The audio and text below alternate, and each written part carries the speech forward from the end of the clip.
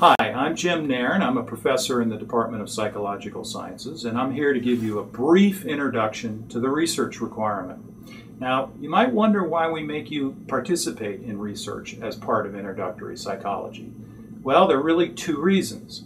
First, it's important for you to appreciate that psychology is a science. It's not just what you see on Dr. Phil or Oprah. It's an empirical science. By that, I mean we use observation as our Supreme Court of Appeal. So we want to give you the opportunity to see exactly how we do that.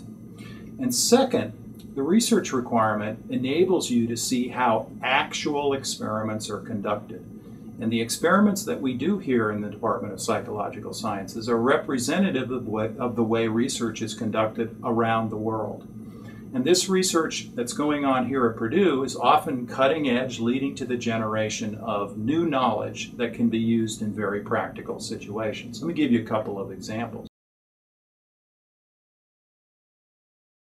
For example, one kind of experiment that you might participate in is a reaction time experiment. This might seem boring to you at first glance, so you'll be asked to sit in front of a computer and various pictures or symbols will appear on the computer screen, and you'll be asked to press a button signifying whether that particular symbol is on the left or the right of the screen, for example, as quickly as you can.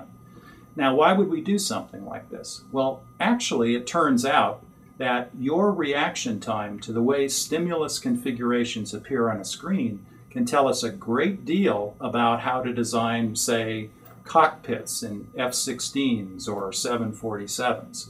So industrial engineers use the data that we collect in psychological laboratories of the type that you'll see here at Purdue to help design equipment that people can actually use. A second example would be that you might come in and be placed in front of a computer and be asked to make ratings about pictures of people, like how attractive are they, or how much do you like them, or even random words might appear on a screen and you'll be asked simple questions. Now, why would we want to do something like that? Well, it turns out that oftentimes your ratings, even when you're not thinking about it, or your reaction times, even when you're not thinking about it, can provide a great deal of insight into not only cognitive processes, but also into how people interact socially. So we've learned a lot from simple experiments like that about how prejudice develops and discrimination and so forth. So I want you to use your mind when you're participating in these experiments. Treat them seriously because they're serious research projects. But also think about what you're seeing while you're participating. Ask questions when they're over. At the completion of the experiment, you'll be given a sheet of paper that will explain to you exactly what this research is about. This is your opportunity to ask the researcher questions about, well, what does this stuff mean? Why am I doing these things? What can we learn for society from this research? But most important, participating in this kind of research will show you how the material in the book comes to life. You'll be able to see by looking at these research experiments exactly how the research that's talked about in your textbook came to fruition.